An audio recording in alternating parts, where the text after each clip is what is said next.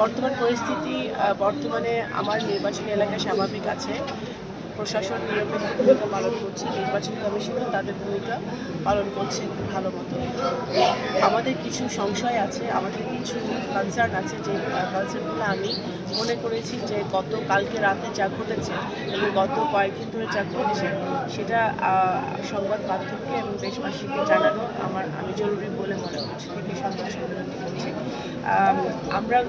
আপনারা জানেন যে আগামী 12ই ফেব্রুয়ারি আগামীকালকে বৃহস্পতিবার সংসদ নির্বাচন।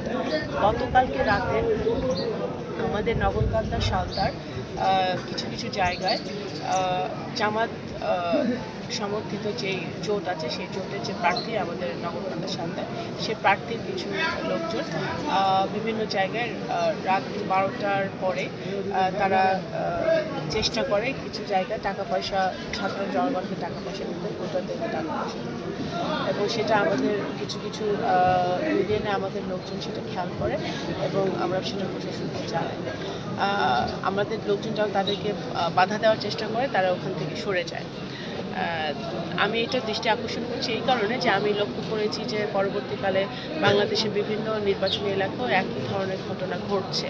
তো আমি এইটা দৃষ্টি আকর্ষণ করছি নির্বাচন কমিশনের, মাঠ পর্যায়ের প্রশাসনের, নির্বাচন কমিশনের যারা দায়িত্বে আছেন মাঠ পর্যায়ে, তাদের দৃষ্টি আকর্ষণ করছি যে এটা অত্যন্ত ন্যাক্কারজনক কাজে নির্বাচনকে বাধাগ্রস্ত করবে এবং নির্বাচনকে কলুষিত করবে।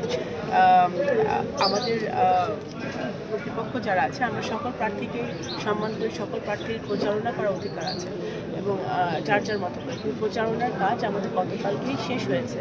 বরং আমরা ভোট চাইব, ভোট চাওয়ার অধিকার সবার আছে, কিন্তু রাতের অন্ধকারে ভোট কেনার জন্য যে তারা নামছে সেটা আমি অত্যন্ত সিরিয়াসলি এটার প্রতিবাদ করছি। এবং এখানে যারা সেনাবাহিনী আছেন, পুলিশ, আনসার যারা সদস্যরা আছেন, সবার দৃষ্টি আকর্ষণ করে আমি এটা বলতে চাচ্ছি। এবং এখানে আমাদের নগরকান্দা উপজেলাও কয়েকটি ইউনিয়নে নেমেছিল, বিশেষ করে আলকান্দা ইউনিয়নে গতকালকে নেমেছিল, শালতা উপজেলাও, বাহিরদিয়া সহ কয়েকটা ইউনিয়নে তারা নেমেছিল। ডেন্টিস্টের পরামর্শ নাও নতুন কোলগেট অ্যাক্টিভ সল্ট। সেটা আজকের 11 তারিখ রাতেও আমার শঙ্কা আছে যে আমার নির্বাচনী এলাকায় একই কাজ হতে পারে। সেই জন্য এটা যাতে না হয়, আমি এই সংবাদ সম্মেলনের মধ্য দিয়ে সংবাদ মাধ্যমের সংবাদকর্মী যারা আছেন এই এলাকায় তাদেরকেও আমি অনুরোধ করবো যে আপনারাও খেয়াল রাখবেন যেন এই ধরনের কোনো ঘটনা না ঘটে। আরেকটি যেটি হচ্ছে গত 3-4 দিন ধরে, সেটা হচ্ছে যে জামাত সমর্থিত প্রার্থীর লোকজন আমাদের বিভিন্ন নেতাকর্মীর নামে সেনাবাহিনীর কাছে, প্রশাসনের কাছে অভিযোগ দায়ের করছে, যে অভিযোগের কোনো বেসিস নাই, কোনো প্রমাণ নাই, সেই প্রমাণ ছাড়া অভিযোগ দিচ্ছে। সেনাবাহিনী স্বভাবতই তারা তদন্ত করবে, তদন্ত করতে গিয়ে দেখছেন যে সেই অভিযোগের কোনো প্রমাণ মিলছে না। তো এবং সেই সব কেন্দ্রভিত্তিক নেতাকর্মীদের বিরুদ্ধে অভিযোগ আসছে, যেসব কেন্দ্রে আমাদের অবশ্যই বিএনপি ধানে শীষের অবস্থান শক্ত।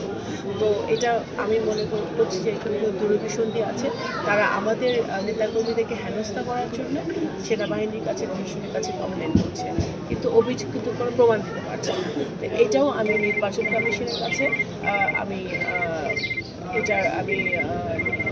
দৃষ্টিগোচর করছি এবং প্রশাসন এটা আমি সতর্ক করছি যে কারণ ছাড়াই তারা কিন্তু গত 3-4 দিনে আমি অনেক খবর পেয়েছি আমার 2 উপজেলা থেকে, যে তারা বিভিন্নভাবে বিভিন্ন লোকজন তাদের কমপ্লেন করছে, যেটার আসলে কোনো বেসিস নেই। এই আমি অনুরোধ করব সকল প্রার্থী যারা এখানে আছেন, নির্বাচন করছেন, তাদের সমর্থকদেরকে যে আপনারা সুষ্ঠু ভোটে আসেন, স্বাভাবিক ভোটে আসেন। নিয়মতান্ত্রিকভাবে আমরা প্রচারণা চালিয়েছি, আমরা একটা নিরপেক্ষ সুষ্ঠু ভোট চাই আগামীকালকে সকলে। সেই ভোটের আকাঙ্ক্ষায় আমরা গত 18 বছর ধরে করছি। এত আন্দোলন সংগ্রাম, এত রক্ত ঝরা, এত ভোট কিন্তু এই গণতন্ত্রের জন্য, ভোটাধিকারের জন্য। সেই গণতান্ত্রিক পরিবেশটাকে আমরা যেন কোনোভাবে বিনষ্ট না করি, আমরা যেন কোনোভাবে এমন কোনো কাজ করি না যা বিগত ফ্যাসিবাদের আমলে হয়েছে। তাহলে কিন্তু এই 2026-এর নির্বাচন আর গত বিগত দিনে যে নির্বাচনগুলো তথাকথিত নির্বাচনগুলো হয়েছে সেটা মধ্যে কোনো পার্থক্য থাকবে না।